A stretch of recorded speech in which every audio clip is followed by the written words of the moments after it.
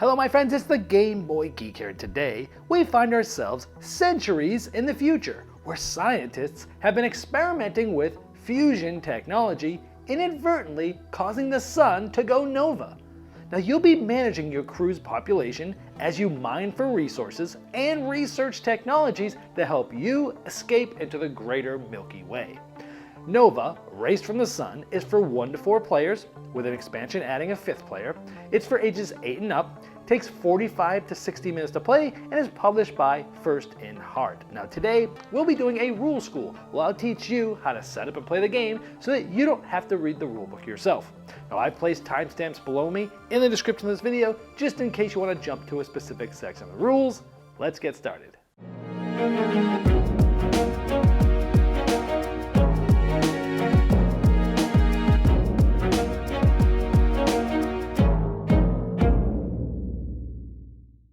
In Nova, Race for the Sun, as you imagine, you are going to be racing your ships away from the sun through our solar system. And you're trying to continue to get all the way towards the end, getting all the way from Pluto to the Milky Way galaxy. You'll be doing this by mining resources that are dice, and you'll be rolling those dice as resources of all the ones that you've collected and still have, and hopefully have enough to get you to the next threshold of your way down towards the Milky Way galaxy. But you'll also be investing in technologies at different spots in the solar system, and these technologies build up over time and they give you all sorts of different special abilities. But you need to be careful because at the end of every round, the sun will be consuming the different planets, and if you're on one that gets consumed, you're out of the game and can't win. It's even possible for everyone to lose. And not only are you trying to get to the Milky Way, but you're trying to have the most population, which not only tells you how many actions you get through the game, but you have to have the most population at the Milky Way to win. To set up, you're going to lay out the location cards in order, and like they go from the Sun to Mercury, Venus, Earth, Mars. After Mars, we have the Belt, then we have Jupiter, Saturn, Uranus, finally Neptune, Pluto, then the Milky Way galaxy. There is a solar system setup card that you can see the order of these if you need help. Next, you're going to put a certain amount of dice below each of the location cards depending on the amount of players. Now for all the planets, depending on the player, they'll always be the same amount. For example, in a 3-player game, it would be 8 because this is a 1-player game, 2, 3, 4, or 5. So 8 dice. And as you'll see, all the planets have the same amount of dice for the same player count. The only one that's different is the Belt, which is not a planet. This one with 3 players, again, we have 4.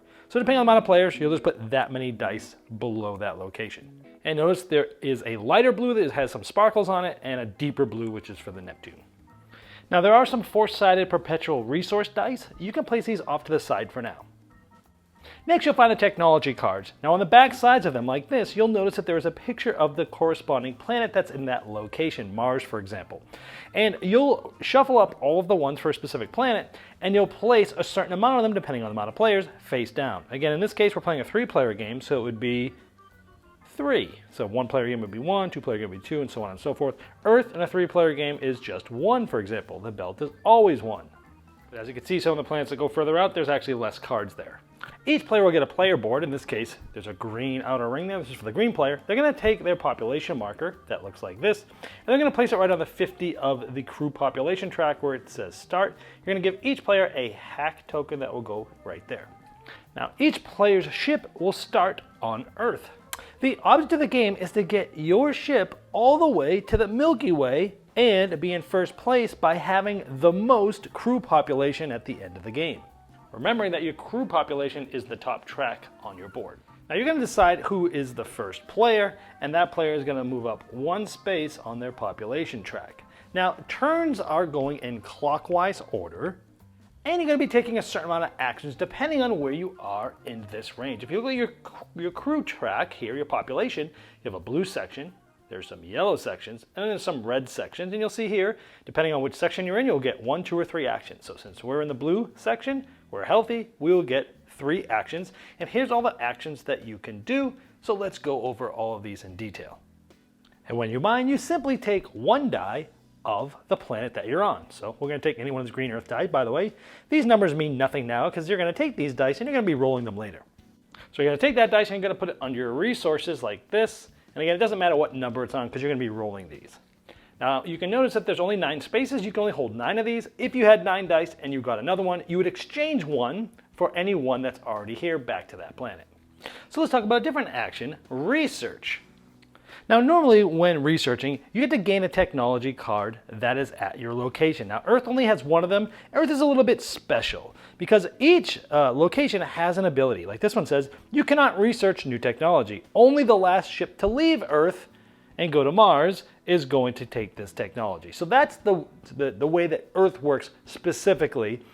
So normally I would not take this unless I was the last player moving, and that's when I would take it. But just to show you what researching usually does, let's just pretend this doesn't exist. And because normally when you're at a planet, you're able to take the technology. And if there's more than one, you just take one. You don't get to look at the front sides of them, you just take them. So just for an example, normally I wouldn't take this till I left, but in this case, I'm going to show you what taking a technology looks like and what it does and where you put them on your board. Now when you take that, you place it on your tech level, a board in the lowest open level. Right here we go into level 1, so it's going to go right there. Now this is Earth's educational tech. It's intensive research. So from the following turns, whenever I do research, I can look at 2 techs and select one and return the other. So it allows you to get a little idea of which tech you might want. So it's great for future times in the game. Now keep in mind a few things about researching. Remember, on your board it tells you gain a tech, but you also gain 1 population. So you'll go up 1 step there. Now another thing is you can only do that once per turn. It actually says it right here, max once per turn, because sometimes you're taking more than 1 action. One last thing about this is you'll notice that you have level techs all the way up to 7. Again, you're always working your way up through all the numbers. If this is all the way full and you get another one, you can exchange any tech for the one that you're getting, and you place the exchange tech at your location. Another thing you can try to do on your turn is travel. Now, we're here, we're trying to get to Mars. This shows you the threshold that we need. We need a 4. Now let's just say we had 2 dice. We always roll all of our dice, and then we can use any of them that help us get there. So the threshold was 4. We could use this single 6. We wouldn't need the 2. In fact, the 2 wouldn't get us there alone, and having 8 is kind of overkill. So we could just use the dice that we need. So in this case, we'd use a 6. This would be expended, and this would be removed from the game. The ones that we did not use will stay there for future. Now, if we were successful, we would, again, move our population up. It actually tells us that right on our board. However, let's say we failed. Let's say we rolled a 2 and a 1. We needed a 4 threshold to get there. We don't even have it even combining all the dice that we have. We would need to expend any 1 die out of the game, and we would go down 1 population. It's not very good. But let's say we rolled a 4, which is exactly the threshold. Even if you meet it, you're good. You can move. But again, we would have used both of these dice to get to that 4 or above, and so this would have been removed. They're out of the game, expended, and again, we would have moved up on the population track. Now you might notice these numbers here. Remember, you can hold up to 9 dice. If you are getting full and you have dice in these sectors, any dice that are in any of these sectors adds this much threshold to whatever the location you're going to, so it gets a little bit harder to get there if you have more dice. Now, an interesting note about these actions and how many you get to take is you only check this at the beginning of your turn. So if you were here, for example, you'd get 3 actions. And if you end up moving this up through one of your actions, you still get 3 actions. You don't lower it to 2. It's always at the beginning of your turn. And spying. If there is another player's ship that is on the same location as you or further out, you can copy any other text that they have, but not if they have one of those icons. For example, other players cannot copy this because it is stated here that they can't copy that. And you essentially get to copy that tech until the next round. Another thing you do is attack another player. You must be at the same location, but it does cost 2 of your actions. Remember, you're only getting a certain amount of those. And then you're going to steal a die from them, and you're going to place it on your map. But both players will lose 1 step in population. The last possible thing you can do is hack. It's stealing a technology. Now, you have 1 hack token. You basically can do this once per game. And you would steal a technology from another player. Now, that technology can be from, that player can be anywhere on the board except if they're already in the Milky Way. You can't steal from them. But essentially, you would put it in your lowest level as normal.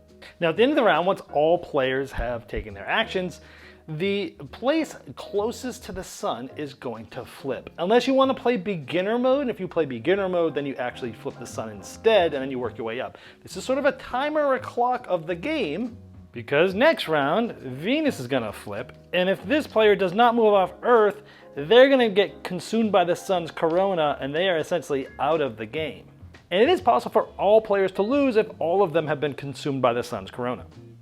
Now, some technologies might give you a Perpetual Resource Die. That's one of these four-sided dice. You can have a maximum of 3 of these per player. And these get rolled along with your resources when you're trying to travel. But even if they're used, they never get expended, meaning they can be reused for the rest of the game as long as you have it. Now let's say we're trying to travel to the Milky Way, which is the whole point of the game, trying to get there and have the highest number of crew.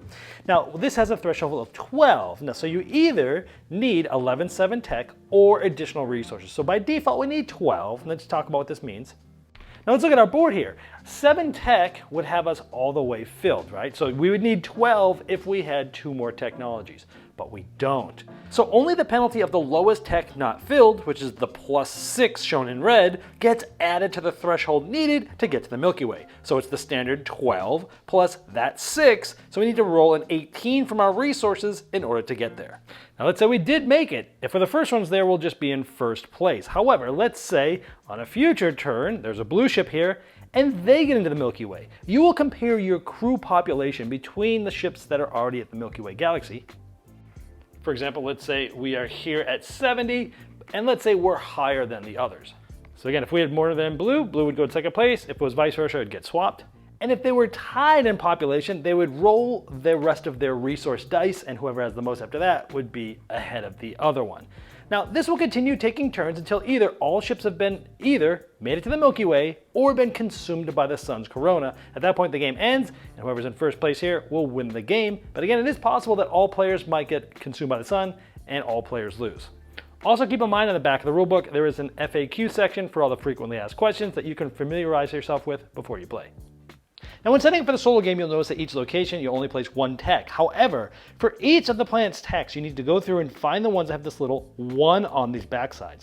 For all the ones for that planet, you will shuffle those up, and again, you'll just place 1 face down. Also in the solo mode, you will not use any of the location abilities at all, and there is no beginner mode, so the first location to flip at the end of the round is going to be Mercury. Now since there aren't any other players, you will not be using the spy, attack, or hack actions. So you're going to be mining, researching, and traveling, but there is an extra new action for you, scout. Now when you scout, you'll take one of your resources and you'll roll them. You'll also move down 1 population, but you'll take the die that you rolled. And since I rolled a 3, I will place it 3 locations ahead of my ship. Now in a future turn, when you do get here, you get to take the die that's here, you place it back on your map, but you do not increase your crew. But let's say you were here, if you rolled for the scout and you rolled a 3, it would go 1, 2, 3. Anything past Pluto, you lose this resource die and you don't gain that crew back. Now if you don't make it to the Milky Way, you lose. Now if you make it there, you take your final roll, minus the threshold and or any penalties for not having up to level 7 techs, and you add your population to it, and that's your score. So for example, if we had 70 for the crew and we rolled a 22 and we had all of our tech, that would be 10 more than the 12 we need to get to the Milky Way, plus 70, our score would be 80, for example. And you can keep track of your scores and try to beat yourself on the solo rules book. Well, I hope this helped you dive right into Nova, Race from the Sun, faster than you normally would if you had to read the rulebook yourself. Now, if you have further questions about the rules, I've placed a link below me in the description of this video. That's the best place to ask them, since I'll be notified, but also so will First in Heart.